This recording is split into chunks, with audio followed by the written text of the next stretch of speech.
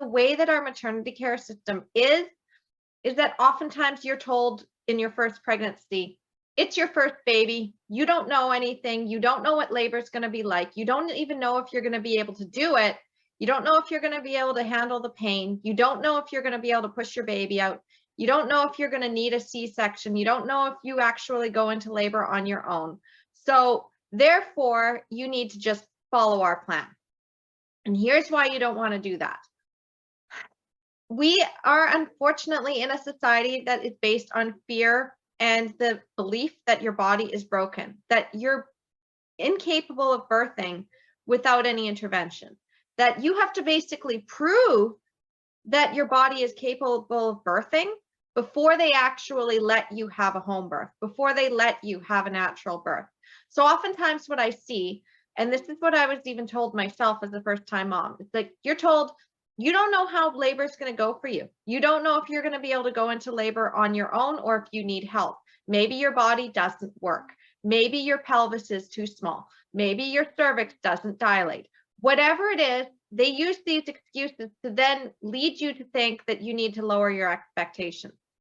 But you don't actually have to lower your expectations. So as a first-time mom with a small pelvis and being someone who didn't have a very high pain tolerance, people kept saying to me that I should probably just have my baby in the hospital and just listen to what people were telling me, what the doctors were telling me, and be safe rather than sorry. They had this idea that because I was a first-time mom and I had no idea what I was doing, that somehow my body would not be capable of birthing. And it's not that. Everybody thinks it's that, but it's not.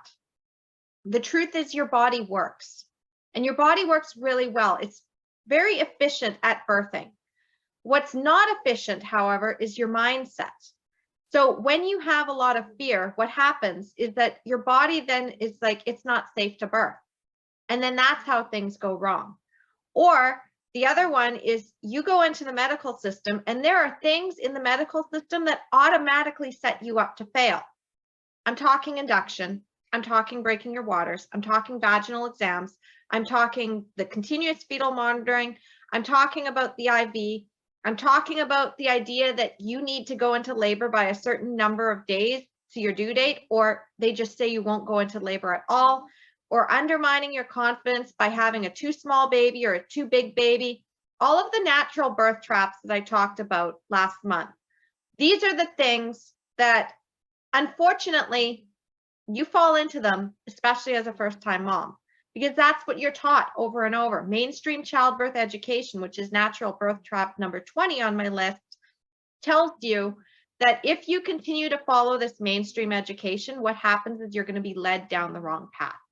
So the reason why I started off last week telling you about why you want to get the birth you want the second time, how that works, and talked about all the pain, is because as a first-time mom, even if you're thinking that's not going to happen to me because I've got a plan, unless that plan is what I'm going to be teaching you today, unless you really know all of the things that you really need, the 5 elements, which I call my 5 pillars of empowered birth, unless you've done that work, I'm sorry. I'm sorry. I made the same mistakes. My friends made the same mistakes. We had to learn the hard way. This is how you avoid learning the hard way. So what I'm going to teach you is actually going to help you avoid a cesarean, but it's going to do more than that. There's more than just avoiding a cesarean, and there's more than just avoiding an induction. Hey, I did the same thing. I managed to avoid a C-section. I managed to avoid an induction. I managed to avoid a lot of the typical interventions that happen, especially as a first-time mom. And I did it because I was good and stubborn, but also because I had some of the key elements. Now, the thing is that you're often not going to be taught this, especially as a first-time mom. You're going in this blind. You may not know who to follow yet. You may be asking the mom groups for help. Support as a first-time mom is very limited, and they tell you to go through the same channels of finding the care provider. Maybe you're smart enough that you think, I need a midwife. Maybe you've got that idea in your head. You've figured out that a midwife will help you have more of a natural birth. Yeah.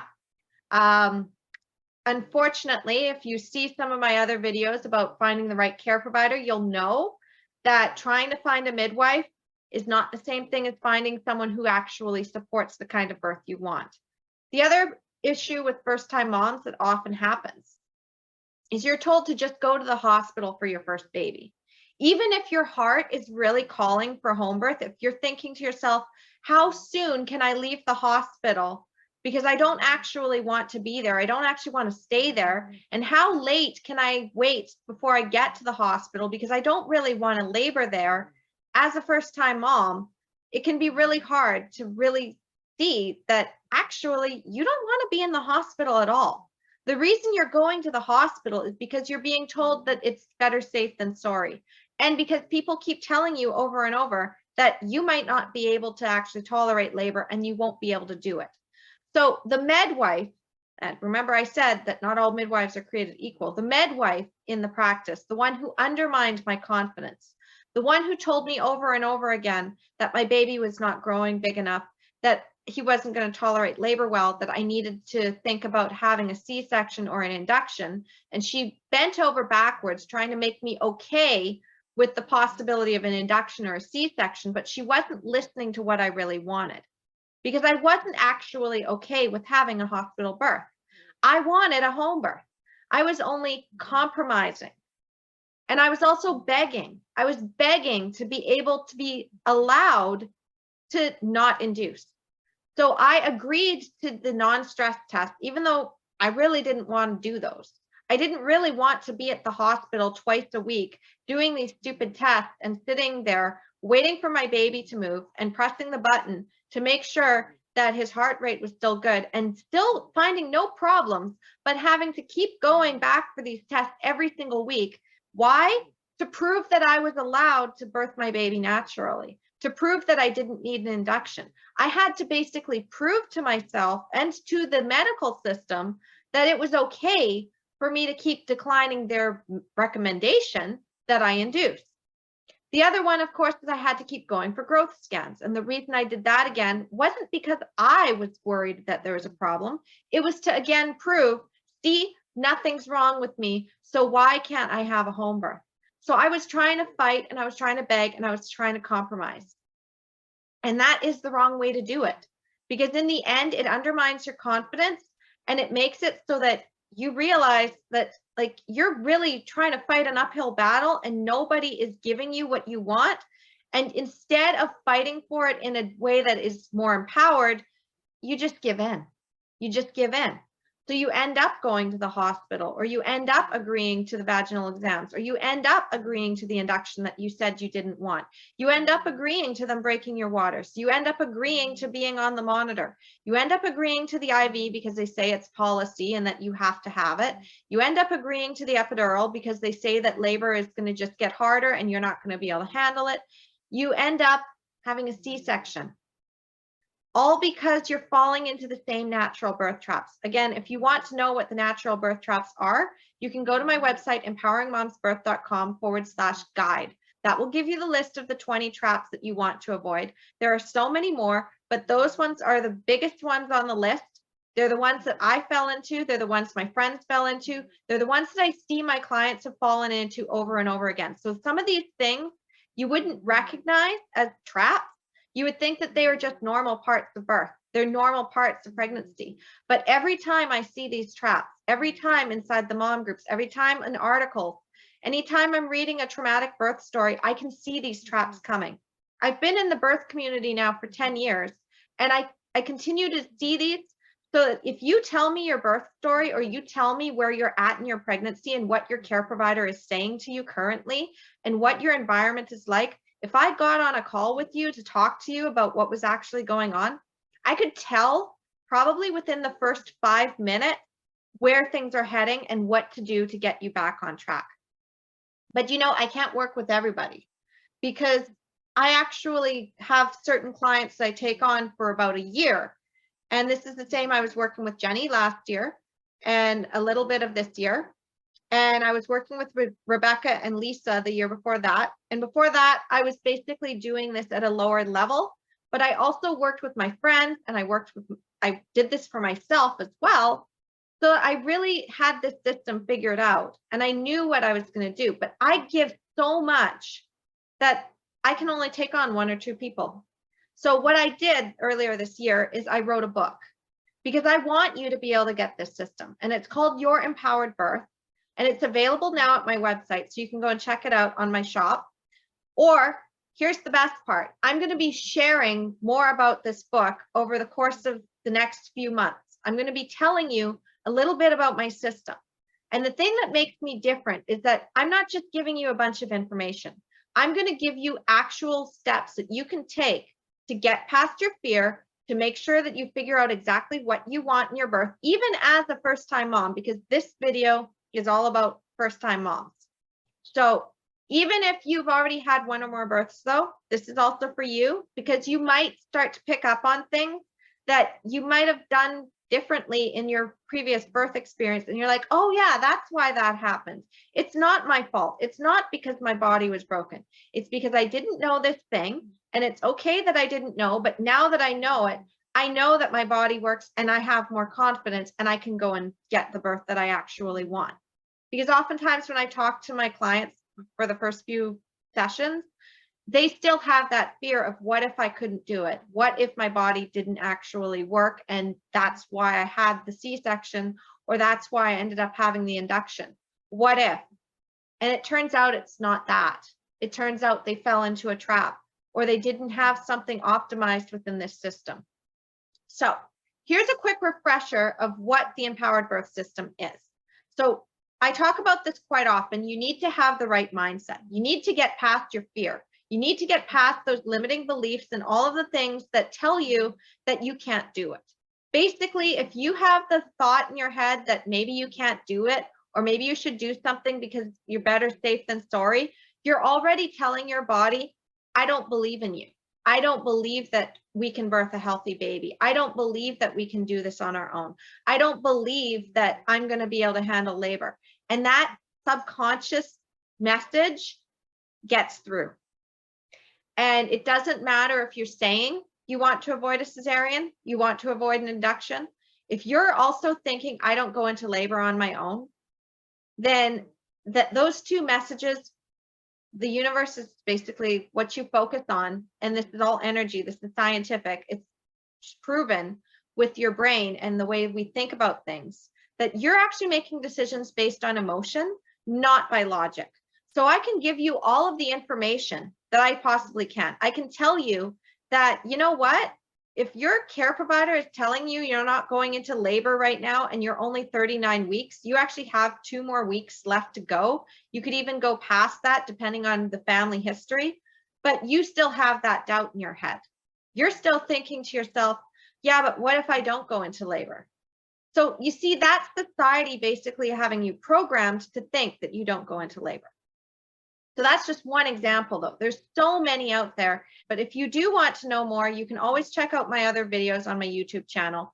And I'm going to be teaching on this basically for the rest of the year. And then we're going into 2023, and I'm going to make 2023 the year of empowered birth. So stick with me on that. I also have a lot of things that I've already done inside our Facebook group. And not only that, but if you ever have any questions, I have over 900 resources in birth alone. And that's not including what I have in my network. That's not including what I haven't written down yet, but that I've picked up. I'm always consuming birth. See all those books behind me? I'm constantly reading them. I'm constantly picking things up. Birth is my life. I love it. I love natural birth. I love coaching moms who have been told over and over that their bodies don't work. Maybe they've had 2 or 3 C-sections, and then they go on and they have these beautiful home births. And they're like, you know what? I wish that I had met you beforehand, because I would have never had to have those C-sections. I would have been able to have home births with all my babies, even my first one.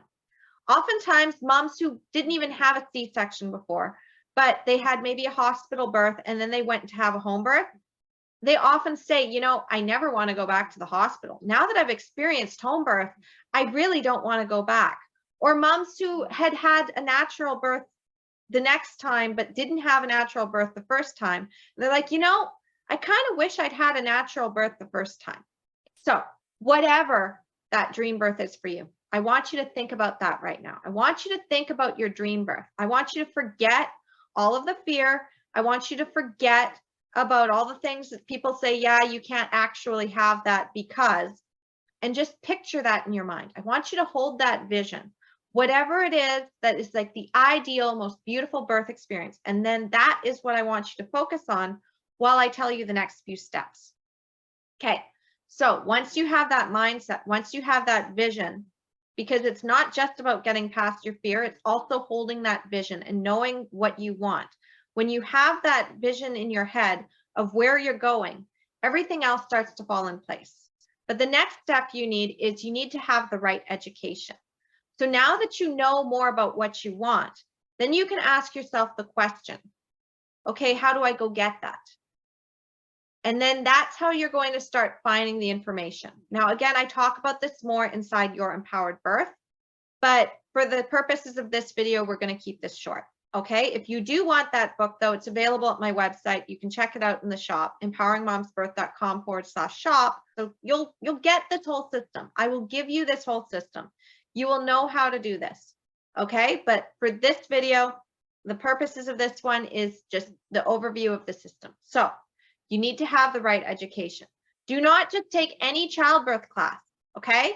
And if you're trying to figure out between the Bradley method and the hypnobirthing method and whether to do Lamaze or whether to just do a typical childbirth class or whether to do birthing within or spinning babies or there's just so many out there. But instead of bombarding yourself with information over and over and over again, you want to get targeted with it. Because you could literally spend your entire pregnancy down a rabbit hole of information. But it's so overwhelming to do that. I did that. I consumed birth. Now, I myself am an information junkie. I love information for the sake of just learning it. So I learned about C-sections and everything after I'd already had my baby. Because during pregnancy, it was too much. It was upsetting to me to have to learn about that. And I was in the frame of mind, I was basically, that's not going to happen to me. Now, I now know that even as a first-time mom, you may want to research your options in terms of a C-section, but even more than that, of thinking in case I have a C-section, I need to learn this. Here's another little quick framework piece. It's not going to happen. As long as you think in your head, this isn't going to happen. This is an emergency situation that might possibly maybe happen. And I have it in my back pocket. It's my backup plan, but it's not going to happen. So it's just good to have that information without knowing that it's actually going to happen. Because, hey, if something does come up in your pregnancy, and sometimes things do happen, sometimes we are given a curveball, at least you're going to have that backup plan and you're going to feel more comfortable with it. And you're not going to be panicking at the end of your pregnancy and freaking out and getting on all the mom groups and having people say, oh, it's not that bad, don't worry about it, which invalidates your feelings and makes you feel like you're making a big deal out of something that you shouldn't be. And then you feel guilty because you've got that internalized belief that the healthy baby is all that matters and that there must be something wrong with you if you're feeling this upset. And it's not true. And you know what? I know, I've been there. I had that. I was faced with the possibility of a C-section and I did not like it. I was faced with the possibility of a hospital birth with an induction and I was upset and I was panicking. So I've been there. I know what it's like. And I've coached my friends through it and I've coached my clients through it. So if you ever have any questions about that, you can always reach out to me. Anyway, once you have the right education, though, you need to have the right environment. So remember how I said, like, you get bombarded with information that's just upsetting to you and people keep telling you the same things over and over and make you feel that doubt? Well, part of that is because of your environment.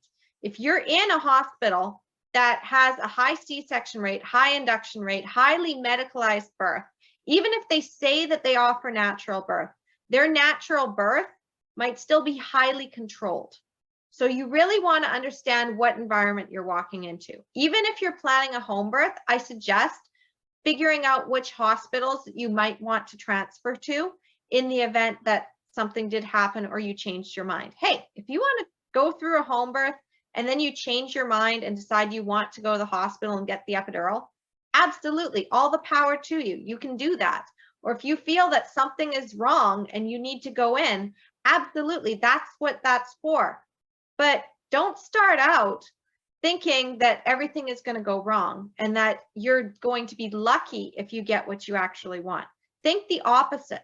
Think about the possibility that you could actually have exactly what you want without having to fight, without having to beg, without having to compromise. And it starts with getting the right environment. The right environment for learning is the kind where you feel comfortable to ask questions and to even go against what's being taught. So if you're in a class and they say, oh, well, everybody is going to need to have an IV in the hospital at our facility. And you're like, you know, I'm not comfortable with getting an IV. And I just want to know what form I need to sign to not get an IV. And the nurse who's teaching the class is like, no, but everybody gets the IV. And this is why you have to have the IV. And then they go into all the reasons why you have to have it. You don't care about why they want you to have it. For all they know, you could have already researched that. You probably watched a bunch of videos on why you don't want to have the IV. If you're deciding that you don't want something, there's a reason.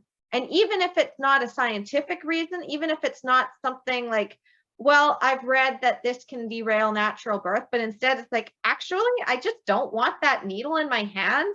It sounds really awful and it's just something I don't want.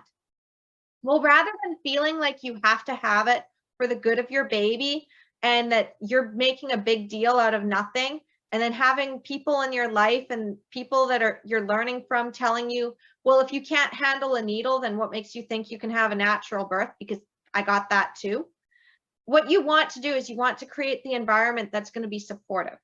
This is the same thing with Facebook groups. If you're in a Facebook group, I've seen this, is that there's certain mom groups that are just absolute cesspools. Not all of them, but there are a few of them out there that I would consider to be completely toxic, and you want to stay as far away from them as possible because it's just that same hive mind. So the hive mind is basically a psychological concept that says that if you are in an environment where everybody is thinking the same, there's no outside the box thinking happening, and you don't want that. So what if, like just for a thought here, what if you had a really supportive environment? Well, then if you have a really supportive environment, the next part is easier to get, which is the right facilitators, the right childbirth educators, the right doula, and the right care provider. If you're going to a care provider who then is like very much, they have their plan laid out for you, and most of them do, if you are not following to get the right care provider, if you're not figuring out that you are the decision maker and that you are hiring them, when you come into it and have them treated as the authority figure who gets to tell you what you are allowed and not allowed to do, rather than you hiring them and saying, look, this is the kind of birth I'm looking for. This is the kind of services I'm looking for from your expertise level. This is what I'm comfortable doing. This is what I'm not comfortable doing. And like, this is basically my plan, and we're going to follow it. And if something comes up, you as the medical professional can tell me that something's coming up. However, I, as the client, get to decide what I want to do with that information. So this is a completely different dynamic than what most people do, because most people are told, oh, well, you go to the doctor and then the doctor tells you how your pregnancy is going to go. And then you give them your birth plan at the end of your pregnancy, and then they decide, they sign off on it, or they tell you what needs to change. No. That's not what we're going to do here. We're going to get the birth we want without having to fight, beg, or compromise, and we're going to do it the first time. So if you're with a care provider who says, well, you're a first-time mom and you don't know anything, and I've done this for 20 years, or I've had like 20 years of experience supporting moms, so just follow my lead. No. Because you know what? Even as a first-time mom, pretty sure you know what's going to be comfortable for you and what's not. I'm pretty sure you know that you have an idea of what you want for your birth. I'm pretty sure you know whether or not you're actually comfortable with something. Just because other people tell you that you should be comfortable with it, that you should accept it, that your expectations are too high, that you need to be thinking about your baby and not yourself. Well, guess what? You're still in there. You're still in there. You're still a human being. Just because you're carrying a baby does not mean that you're not a person. It doesn't mean that you don't still have those thoughts, those feelings, those fears, those desires, those wants, those needs. It doesn't mean any of that. But our society and our culture has made it seem like as soon as you get pregnant, you just do whatever anybody tells you to, especially as a first-time mom. Don't worry your pretty little head about it. We'll take care of everything. You don't want to do that. You don't want to do that. And this is the same for me, is that as a first-time mom, I felt I knew a lot. I felt I was reading a lot of things that I knew what I needed for my own body. And I kept saying, well, he seems to be growing fine. It's just like he's not on the growth curve. Who cares? Like he's thriving. He's kicking. He's doing all the things he should be doing. Like there's no actual problems here. So why can't I have a home birth? I'm like, well, because he might be too small and blah, blah, blah, blah, blah. It's like, yeah, but I don't feel that. And even though I didn't feel it, there is another part. And this is the last part. You need to have the right support.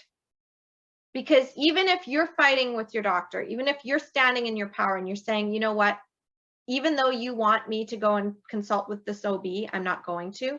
Even though you want me to induce, I'm not going to. Even though you want me to have a C-section, I'm not going to. Even though you want me to have like vaginal exams during labor because it's policy, or you want me to have the IV or have my blood drawn, I'm not going to do that. Your right support, you need to have it. Because if you don't, what you get is from your family and your friends and your partner, and they're all scared and they're all telling you, well, you can't actually have a home birth now, or you can't actually be thinking about going past your due date. You can't actually be thinking about saying no to your doctor for pushing a C-section. Because what do you know? You're a first-time mom. This isn't safe.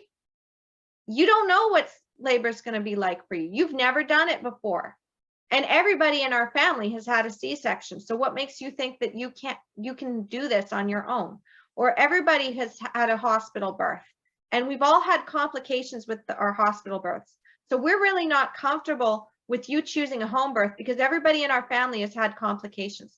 Well, the thing is, if you understand the right education, you might be able to trace back in your family tree and figure out every single one of those complications that happened in your family was because of the actual way that the birth unfolded within the medical system.